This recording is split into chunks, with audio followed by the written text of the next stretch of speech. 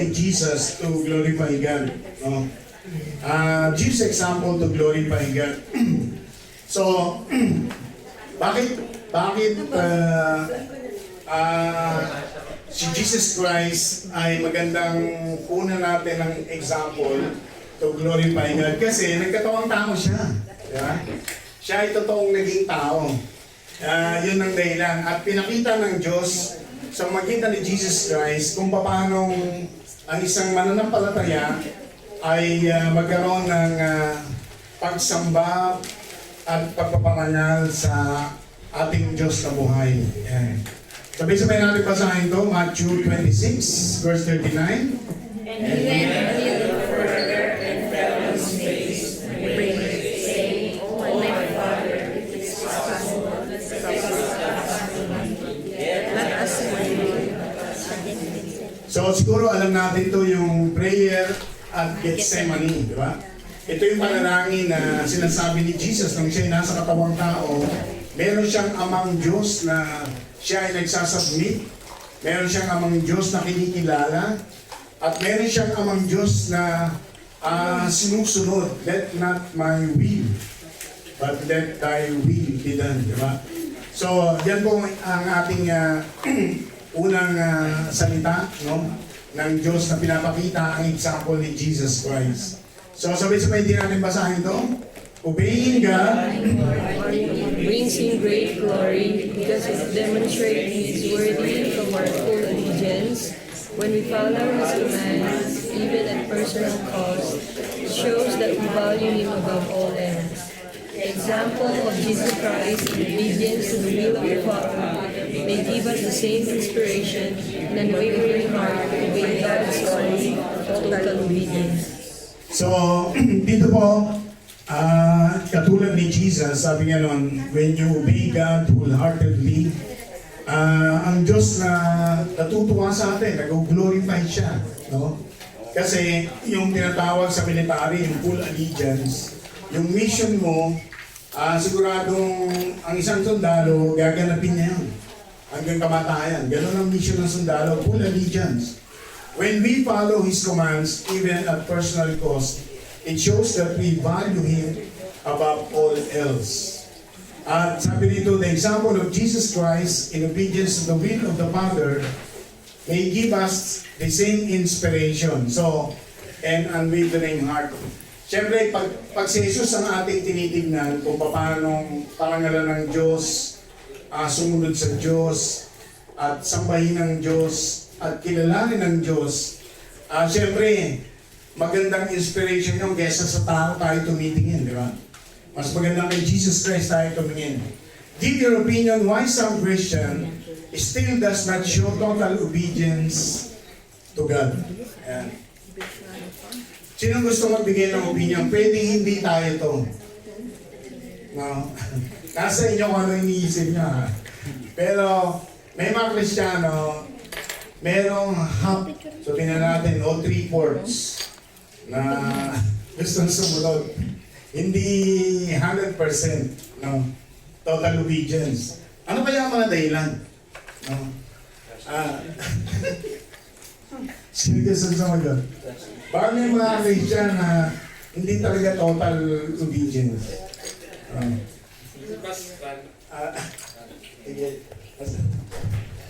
Alam niyo po kasi sa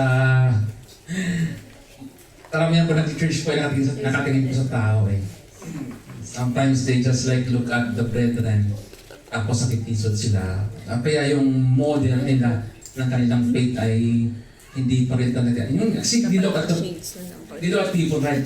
Sa po, titigil sila sa akin, hindi naman ako nagpalabate. So hindi sila maging palabate, di ba? But if they look on Jesus Christ, they will glorify God and follow Jesus Christ's model. Oo nga, yung iba kasi hindi pa lang ngiti, di ba? Pag naman sobrang Paano yun, pag hindi pa lang ngiti, naku. no, hindi mo na alam may Baka lalapit ako sabihin, ganit ka ba sa akin? Sino ba gusto sumagot? Mas naalala ko yung verse ng same chapter 4. sabi ng Panginoon kay Peter sa mga disciple niya, the spirit is willing but the body is weak. Siyempre, dahil yung kumaga, yung tayo, willing tayo na mag-obedience, pero may possible talaga na hindi rin tayo mag-obedient sa Panginoon kasi nasa body pa rin tayo ng Panginoon. Pero the more nga na nagpapasakop tayo sa Panginoon, the more na lumalakas din yung ating spiritual para labanan po natin yung flesh natin. Thank you. Yan, Sister Clavel. Thank you, ha. So, sige, dagdag pa. Sa akin po, Pastor, parang yung degree ng relationship mo sa Panginoon na nakadepende po sa pagsunod mo sa Kanya.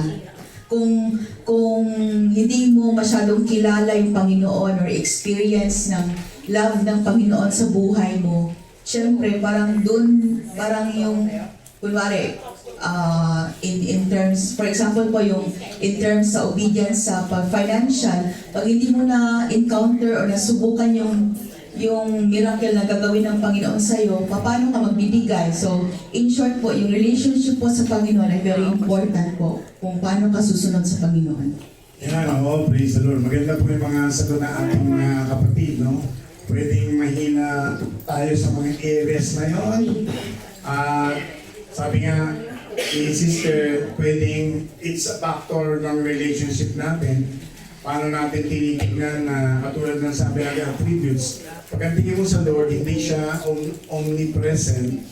Pag nasa loob ka ng isang lugar, red district, pwede kang magkasala. Kasi hindi mo iniisip, andito kaya ang Diyos. Diba? O kaya madilim, hindi kaya nakikita ko ng Diyos.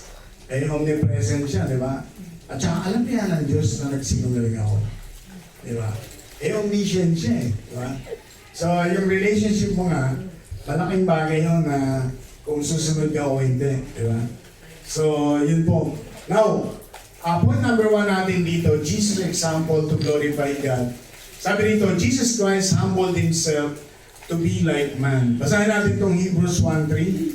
He is the reflection of God's glory and the exact likeness of His being, and He holds everything together by His powerful word. After He provided the blessings of things, He sat down at the right hand of God. So, ang pagka-Diyos ni Kristo ay 100% na binabanggit ng Hebrews 1:3. Diba? Bakit 100%? Kasi sabi niya gano'n, no?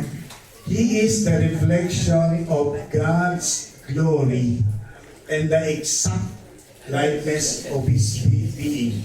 Diba? And He holds everything together by His powerful word. So, makikita natin na yung Hebrews 1:3 ay nagsasabi na si Jesus Christ ay totoong Diyos. Diba? At kung siya'y totoong Diyos, bakit siya nagpapako sa krus? Bakit siya nag-alay ng buhay? Sinasabi ng Philippians, kung naalala nyo, Philippians chapter 2, yung verses na yan, sinabi rin dyan ni Paul, pagamat siya ay equal with God, sabi nga noon, He humbled Himself. Nagpakumbaba siya. Hinubad niya yung pagka-Diyos niya. Diba? So, kaya si Jesus Christ, He humbled Himself to be like man. Diba? So, magandang example siya sa atin na tayo, yung bilang tao, bakit hindi natin kaya magpakumbaba? Eh kung si Jesus, Diyos nga siya. Eh pakumbaba pa siya. Diba? Hinubad niya yung pagka-Diyos niya. At nagbigay siya ng sakripisyo ng kanyang buhay. Pero totoo siyang Diyos, di ba? He is the exact likeness, reflection of the exact likeness of His being as God, di ba? Sabi ganun. So mahalaga ito na ma-realize natin. At sinasabi nga ng Colossians chapter 1 na yung kapangyarihan niya na nilikha ang lahat ng bagay ay dahil sa Kanya. Dahil sa Kanya. At hawak niya ang buong sangkatauhan sa magitan ng salita ng Diyos. Diba? So, si Jesus Christ ay magandang example na makita natin na bagamat siya totoong Diyos ay nagpakababa at nagpakumbaba hanggang sa kamatayan. Diba? How do you see your heart if you encounter the same situation of humbling yourself to obey God. Minsan, bakit mahirap sumunod? Diba? Ang isang sagot niyan dahil minsan, yung pagmamataas, our pride. Kasi si Satan, bakit siya tumalikod sa God? Number one, because of his pride. Diba? So, ang isang kapatid ng pagsunod ay humility. Diba? Kapatid niya. Kaya kung yung kapatid na humility ayaw sumunod, hindi ka susunod. Kasi kapatid mo yun eh. Kaya pag may nandun yung espiritu natin na gusto mong magpakumbaba, handa ka nang sumunod. Ibig sabihin. No? Sino gustong sumagot nito?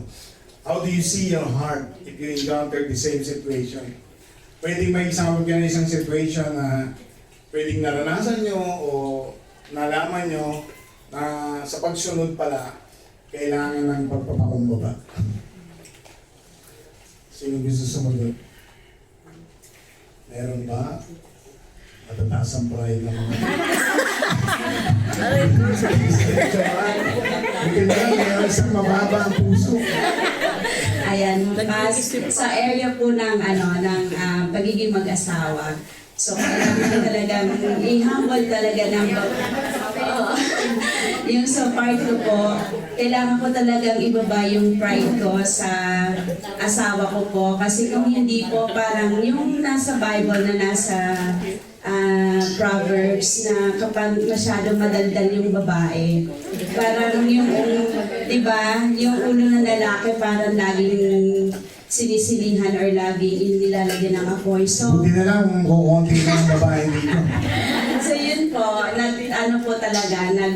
have to be humble para po mag-glorify ko po ang Lord at makita po ng anak ko yung example na paano magkaroon ng pipiliin niyang asawa ay yung may humbleness din po sa harap ng Panginoon. Praise the Lord po.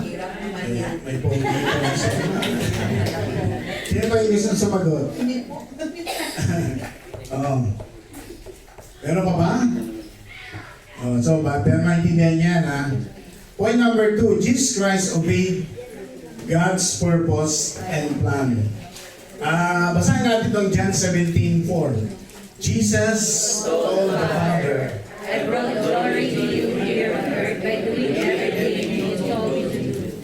So, sinasabi ng Bible na John 17 is the greatest personal prayer written in the Bible. Bakit? It's the prayer of Jesus Christ to His Father. Diba? Kaya sinasabi ito yung greatest prayer written in the Bible kasi ito yung personal prayer ni Jesus. Kaya dito sa verse 4, sinabi niya, Jesus told the Father, I brought glory to you here on earth by doing everything you told me to do. So magandang example siya. Sabi nga lang, paano tayo magbibigay ng glory sa Diyos? Susundin natin lahat ng gusto ng Panginoon. Katulad ni Jesus Christ, di ba? I brought glory to you because, sabi niya, by doing everything you told me to do. Di ba? Kaya, Jesus Christ obeys God's purpose and plan. Jesus honored God by fulfilling His purpose on earth. We honor God the same way when anything in creation fulfills its purpose, it brings glory to God. Siyempre, ganito yan eh. Ewan ko, na-realize natin yung, halimbawa, yung, bakit kaya may langgam? Di ba? Bakit may langgam? Dahil kaya, bakit may ipis? Bakit may daga? Bakit may butiki? Diba? Diba? Nakapansin niyo ba yun? Create sila ng God na yung kanya-kanyang purpose. Diba? Yung butiki, kaya pala sila create dahil pinapatay niya yung mga sobrang insect. Kaya siya yung tagapatay, pinapatay niya. Diba? Diba sa dagat nga may tinatawag na janitor fish, naglilinis sila sa ilalim. Sa aquarium. Diba sa ilalim? Mga janitor fish. Yeah.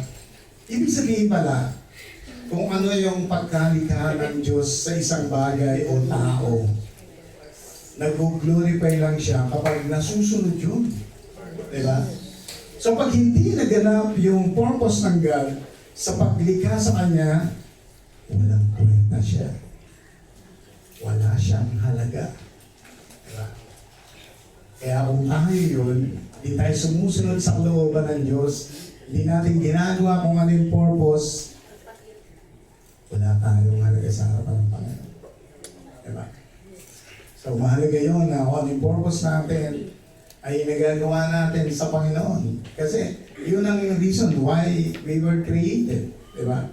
Yun ang purpose. Katulad ng sinasabi dito. Sino mo gusto magbasa ng Luke 2:49 at saka John 4:34? Kasi baka bagod sa atin ito eh. Yan. Luke 2:49. Yan. Sister Janice and then Sister Marica, yan. John 4:34. Luke 2:49. Why were you searching for me? He asked. Didn't you know I had to be in my father's house? Yan, in John 4, kapatid. John 4:34, my food, said Jesus, is to do the will of Him who sent me and to finish His work. Yan, si John Paul, yung alam ko na yung story niya, yung Samaritan woman. Sabi ng mga disciple niya, nagugutom ka na, di ba, maestro? Bibili mo na kami ng Jollibee. Diba naman namin. Tapos umalis sila, habang umalis sila, kinag-usap ni Jesus yung Samaritan woman. Diba, yan John 4. Tapos nung sabi ni Jesus sa kanila, ang pagkain ko, my need, is to do the will of my Father in heaven. So, ibig sabihin niya, yung business niya o yung totoong dahilan ng bakit siya nagkatawang tao, sundin ang kalooban ng kanyang Ama. So, kaya magandang example yan, kaya nilagay natin yan dyan reference. Now, we have to obey God's purpose and plan. Sabi rito, please give your ideas. How can a Christian obey God with his own ambitions and plans for his future? So, if Jesus Christ obeyed God's purpose and plan, paano naman tayo? Tayo, may sarili tayong ambisyon. May sarili tayong plano. Paano natin i-glorify ang God? May mga sarili tayong ambisyon at plano. So, sino gusto sumagot? Ideas lang naman, di ba? Oh, Sister Jess na.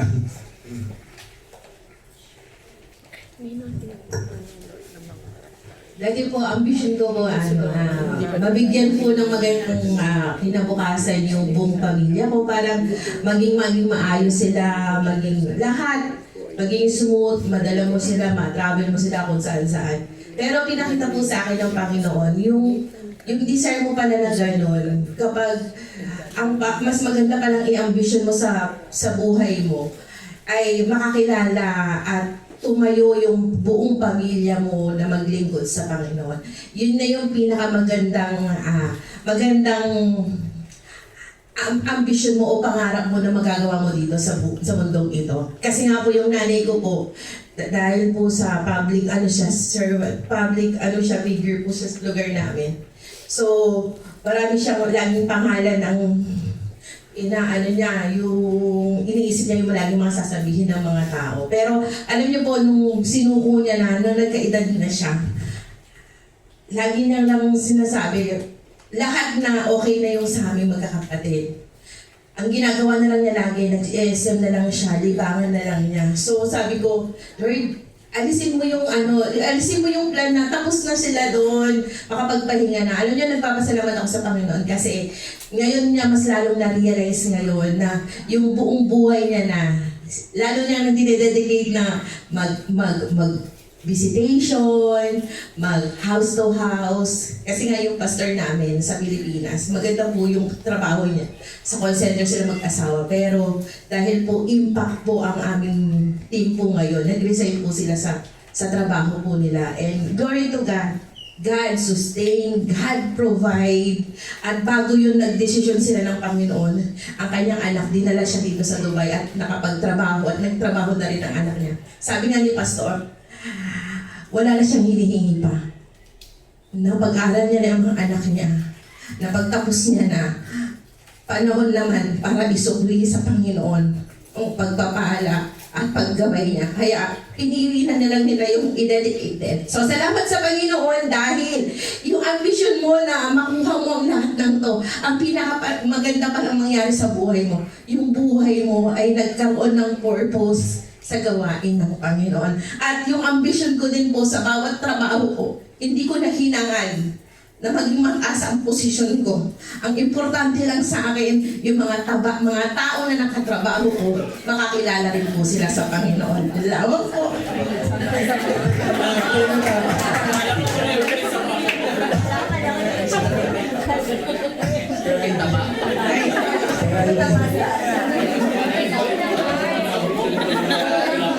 Sir Ivy.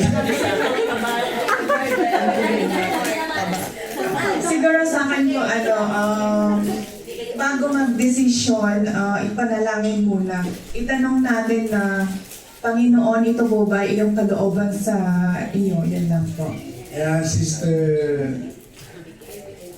Siguro po para sa akin, Pas, yung total surrender sa Panginoon para po tayo makasunod sa kanyang kalooban. Kasi po, if we are not going to surrender everything to the Lord, at paiiralin natin yung pride at uunahin natin yung ating mga ambisyon at yung mga plano natin, hindi natin isinasangguni sa Kanya, hindi po tayo makakasunod sa pinag-uutos niya po para sa atin. Yan, praise God. Wala tayong sinasabi na masama yung may ambisyon, ba? At walang lalong masama na may plano ka sa buhay mo, walang ganun. At sinasabi natin dito, beyond your ambitions and purpose or plans in life, how can you still glorify God? Diba? Siguro, kung titignan natin yung mga sagot, I would like to say one word. Connect. I-connect nyo sa Diyos yung mga plano nyo. I-connect nyo sa Diyos yung mga ambisyon nyo. Kasi pag nakakonect yan sa Diyos, siya yung mag-aano niya, itutuwid niya ba, babaguhin niya ba, pagpapalain niya pa yan, at gagamitin niya pa yan. Amen? Para pa natin ang Panginoon. So, point number 3, Jesus Christ was honored by the Father. So, in John chapter 13, basahin natin yung 31 and 32. Therefore,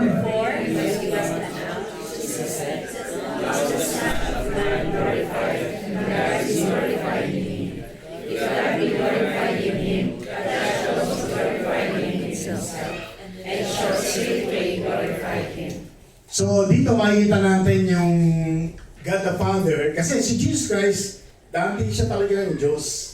Naging tao siya.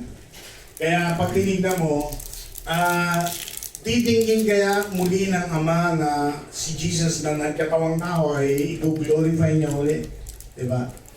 Sabi nga dyan, God the Father fulfilled this prediction of the Lord Jesus by raising Him from the dead. Diba?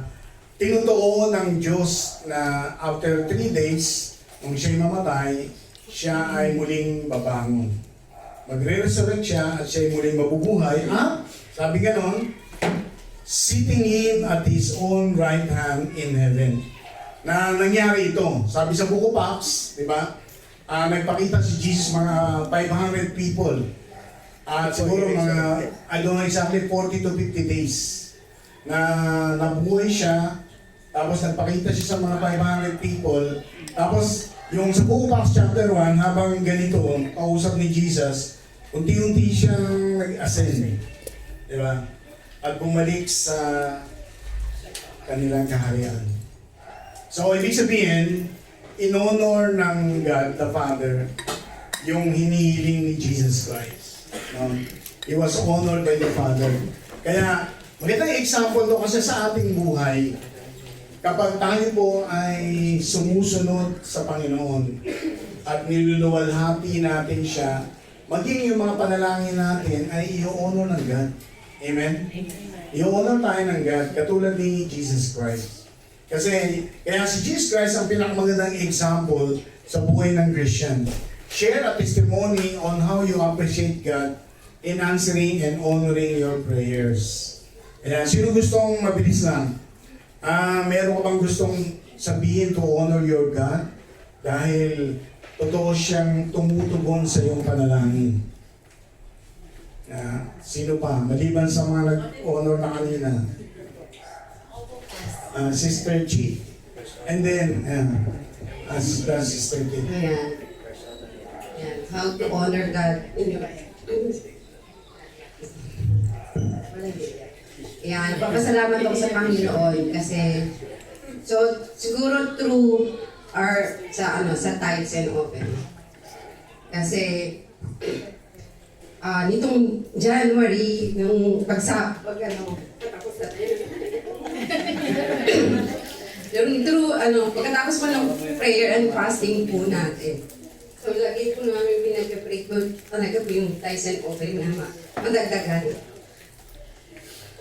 So, after, nung Friday po, na-receive po ni brother yung increment niya. So katulad po ni Sister Deng, 10% po yung binigay po na increment kay Brother Ronald. And sa aking anak po ay meron na rin po siyang work. Even though na hindi po ganun kaganda yung timings, pero nakita ko yung paggalaw ng pagkilos ng Panginoon kasi pinag-pray namin yung makapag siya ng ministry niya. Pero nung Friday na during ng service natin, nag-message siya sa akin, Mami, magkakaroon na ng shifting yung timings kasi ang timings po na binigay sa kanya 8 to 8. At kasi may bayad pa yung overtime. So may shifting na po na may pasok po siya na may time na 1 month, 8 to 5, tapos sa susunod naman is 11 to 8. So sabi ko, ang bilis naman ng answer ng Panginoon na pinag-pray pa lang natin is unti-unti niya tinutugon, which ilang taon na yon na hindi nangyari sa company nila. Sabi ng mga kasama niya sa company, alam mo ba, nung mula nung nag-join ka, is parang biglang nagbago yung schedule nila na may ganung shifting. So sa ilang taon sila nagtatrabaho doon na hindi nangyari yun na may shifting, tapos may alternate, minsan may Sabado silang pasok, minsan wala. So sabi ko, napakabuti ni Lord, talagang alam mo yung pinagpe-pray mo. Kasi yung pinirmahan po ng anak ko yung offer letter na hindi po niya kami kinonsulta. Basta sabi niya, Mami, may work na ako.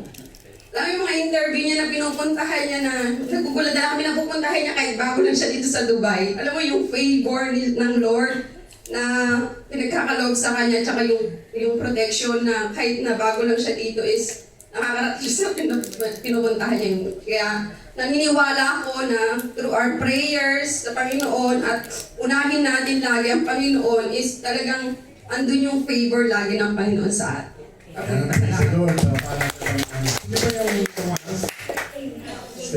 Sister Kate. Ayan, nais ko na pong ibalik ang glory sa Lord. Last year po, towards Q4, meron po akong financial obligation. So, iniisip ko kung paano ko ito ma-fulfill. So, habang naglalakad pa ako pa uwi, syempre may option A, B, C.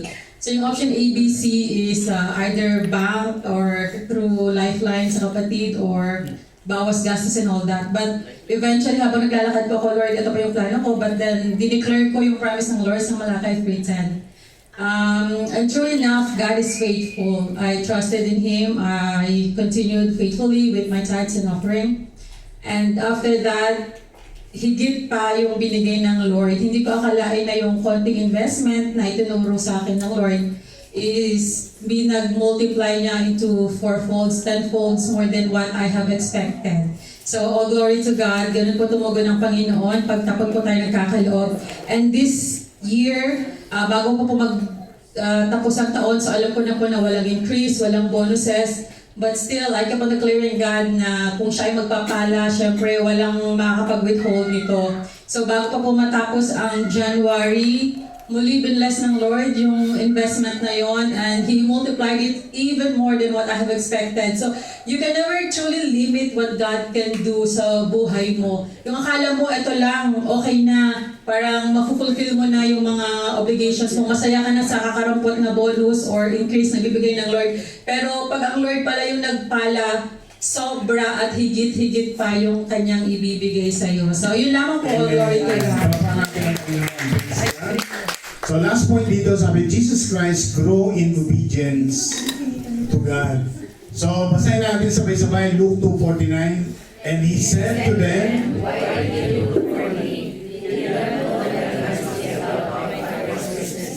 yan, praise God. Sa Luke chapter 2, si Jesus Christ, bata pa siya. Bata pa siya niyan. So yung sinasabi dito na Jesus Christ grow in obedience to God. Tingnan natin yung example ni Jesus sa atin. Parang tayo rin na bata ka pang Christian, na panalaguin ka to your maturity. Paano ka susunod sa Diyos? Yun ang ano nito, yung tema ng number 4. Dito, ito yung example. Pag nagturo kayo sa Bible study nyo, sundan nyo to, sabi nga no, decided on his own to stay in Jerusalem. Minsan, yung parents mo, hindi ka naintindihan. Single-minded eh. Diba? Pero si Jesus Christ, kaya nung nasa templo siya, hinahanap siya ng parents niya. Diba? Hindi siya maintindihan. Ba't siya nasa templo? Pero, bata pa si Jesus, alam na niya yung gagawin niya. He must be in the house of God. Diba? Kailangan niya sumunod sa sa purpose ng God the Father. Diba? Sa verse 43 yan. Sa verse 46, sabi niya nun, desired to learn all that he could. May mga teacher doon sa templo, nakikipagsabwatan siya. Yung nagtatanungan sila tungkol sa Bible. Diba? Kinakausap niya, nagtataka sila, ba't nakakasagot si Jesus? Yung bata-bata niya. Diba? So, yun po yung number 2. Number 3, sabi dito, deliberately with teachers through question and answer. Magkarugtong yan eh, 46 to 47. Nakikinig siya, nakikipagtanungan siya, tapos sa verse 49, devoted himself to his father and his mission. Sinabi niya sa kanyang parents, ang dahilan kung bakit siya nasa templo, kung bakit siya nag-stay doon, at sinabi niya, dapat intindihin niyo, ito yung purpose ko. Diba? Ano yung punto natin dito as a Christian? Para lumago tayo, dapat kahit pa konti-konti, sumusunod tayo sa will ng Panginoon. Hindi totoo na bigla tayong susunod. Sa totoo lang ha. Lahat naman tayo ganun eh. Hindi tayo totoong bigla tayong binago ng Panginoon. But we have to start somewhere. You have to start somewhere. Kahit na ano pa yung bigat na hindi mo maisuko sa Panginoon, you have to start somewhere. Kung gusto mo talagang baguhin ka ng Panginoon sa area na yan, gagawin niya yan. Pero kailangan may makita ang Panginoon sa atin, our willingness, our humility, our submission. Katulad ni Jesus, bata pa siya, gusto na niyang sumunod sa will ng Panginoon. Kaya sinasabi niya rito na Jesus Christ grow in obedience to God. Do you want to grow in obedience to God? Amen. We have to start somewhere.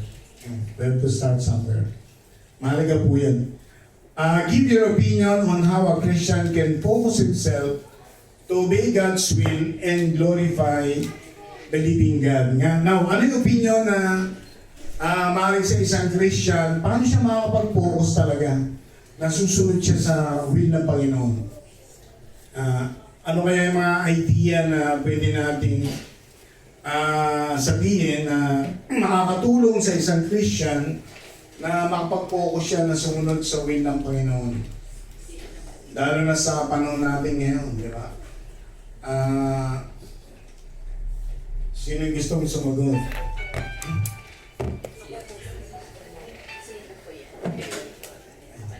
Yan, sige kapatid. Naalala ko lang po kasi si Brother Adrian Sir, po. ba't mo tinatawagan? Nami-miss daw po kayo ni Tita. Ayan, naalala ko po si Brother Adrian, nung wala po siyang word, nagkaroon kami ng heart-to-heart talk. So, syempre, medyo nakaramdam po siya na nahihiya siya na wala siyang work. So, medyo mahirapan kami sa aming mga budgeting, lalo na po ay palipat po kami noon ng bahay. Ang sabi ko po sa kanya, kung hindi rin lang 2 days off yung makukuha mo, wag na wag mong kukuhanin. And 2 offer letter po yung refuse ko sa kanya kasi po hindi talaga siya maganda. Kasi ang mangyari po, pagka may pasok siya ng Saturday, madaling araw po yun, gising niya ay 4:30, may chance na hindi po siya makapag-church ng Friday. So yun po yung tinudulog namin sa Panginoon. Sabi ko, ayoko mangyari yun kasi naranasan na namin dati na almost parang 3 years siya mahigit na parang kaming LDR at hindi po talaga siya nagkaroon ng parang isang beses nga lang siya nakapag-church for that 3 years that time na sita pa nung amo niya at never na talaga siya nung nakapag-church at nanlamig po yung kanyang pananampalataya. So ayoko pong dumating yun. And praise God po dahil yun nga isang araw, hindi na siya nag-a-apply. Ang usapan pag nagkatrabaho ka, bisahan mo na lang ako. So nandun po kami sa prayer niyon, sige gano'n na lang gawin natin. And hayaan natin kumilos ang Panginoon. Tapos siya biglang hindi po siya papasa ng resume, pero may tumawag sa kanya para kuhanin ulit siya dun sa company. And I praise God po kasi hindi lamang po 2 days off yung binigay ng Lord sa kanya. Ang ganda din ng kanyang timings. Plus, sabi niya namin, tinanong kasi siya kung magkano yung salary na ina-expect niya. So, binigay niya po. Kaso hindi ko po nabasa yung offer letter agad dahil nasa work ako noon. Sabi ko pa sa kanya, ba't hindi mo dinagdagan? Sana dinagdagan mo na kasi binigay sa'yo. Yun po, so, alam niyo po yung kasi yung parang sinabi niya sa akin na medyo mataas na yung hiningi ko pero binigay. Tapos kinausap siya ng kanyang kasama, sana dinagdagan mo na pala siya. Actually, hindi pala kailangan niyang manghingi ng dagdag kasi first salary niya, may dagdag na po agad siya na parang 16.5% po nung salary niya. And I praise God po kasi sabi ko, grabe yung pagkilos ng Lord. Sabi niya, baka nagkamali ng pagtingin sa offer letter. Paano kaya sasabihin ko? Sabi ko, sige, hintayin mo next month. Ganun pa rin po, may add pa rin po siya. Tapos yung pang 3 months, hiningi yung offer letter niya. Sabi niya, hiningi yung offer letter ko, baka nga nagkamali. Praise God po, hindi po nagkamali. Talaga iningrasan po siya kasi nagpapasweldo po sa kanila yung Huawei. So, yun po yung pinasa sa Huawei. Huawei po, so, Huawei. So, yun po yung binigay na sa kanya. At the same time po ay free meal din sila. And mas advanced, kasi sa buong company po, sila lang po yung 2 days off. The rest po ay talagang 1 day off lang po sila. And praise God po, even yung kanyang pamasahe sa metro, kasi may nahatid lang po sila kung saan yung malapit na metro station. Ibibigay doon po din ngayong February 1 daw po, sabi. Hindi ko lang po alam kung naibigay na ba kasi sikreto po sa akin, baka makuha ko. And I praise God po kasi even yung mga na-overtime na daw po, yung mga nakaraan na hindi pa nabayaran, ibibigay daw po sa kanila. Sabi ko, grabe yung pagkilos ng Lord. Ang desire lang natin, makapag-church ka ng Friday at makapaglingkod ka sa Panginoon. And praise God din po sa kay Ate John, kay Ate Sha. Nagsasalita na po si Brother Adrian sa Bible study. Nagsasong lead na po siya, nagpapasalamat na siya, and madaldal na po siya. Praise the Lord po. Yeah, praise the Lord. Parapakan natin ang Panginoon. Yan. So, maraming ginagawa ang Panginoon. Mga bato nga, pagsasalitain ng Panginoon. Tao pa, di ba? So, conclusion natin, Christian must be intentional to glorify God. Sabi-sabihin natin, basahin to. Jesus Christ was our greatest example in His life and death. If my prioritize bringing glory to the Father, I get opportunities every day to do this thing. When you over the offense, just forgive me. Speak the truth in love. Walk the right, pray, worship Him every day that you glorify God and follow Jesus Christ. So, kung inisip natin na malaking bagay yung pagsunod kay Jesus Christ as an example, hindi po malaking bagay yan. Ang pangalawang paragraph yung very little by little we can glorify God. to obey Him. When you overlook an offense, choose to forgive. Lagi yan. Lagi pwedeng may makagawa sa rin ng di maganda. Kaya mo bang magpatawad? Di ba? Iba kasi, ang hirap magpatawad hanggang ngayon. No? Ewan ko ba? No? Kaya, sabi dito, speak the truth in love. Minsan, ay natin magsabi ng totoo. Di ba? So, kung totoong nagmamahal tayo at kung totoong mahal natin ng Diyos, we have to speak the truth in love. Walk in the light. Baka nag-walk tayo sometimes sa dilim. Hindi tayo sa ilaw, di ba? Abide. Pray and worship Him every day. That you glorify God in Jesus Christ, following Jesus Christ. So, let's read this, our prayer item. Pray that Christians will see Jesus Christ as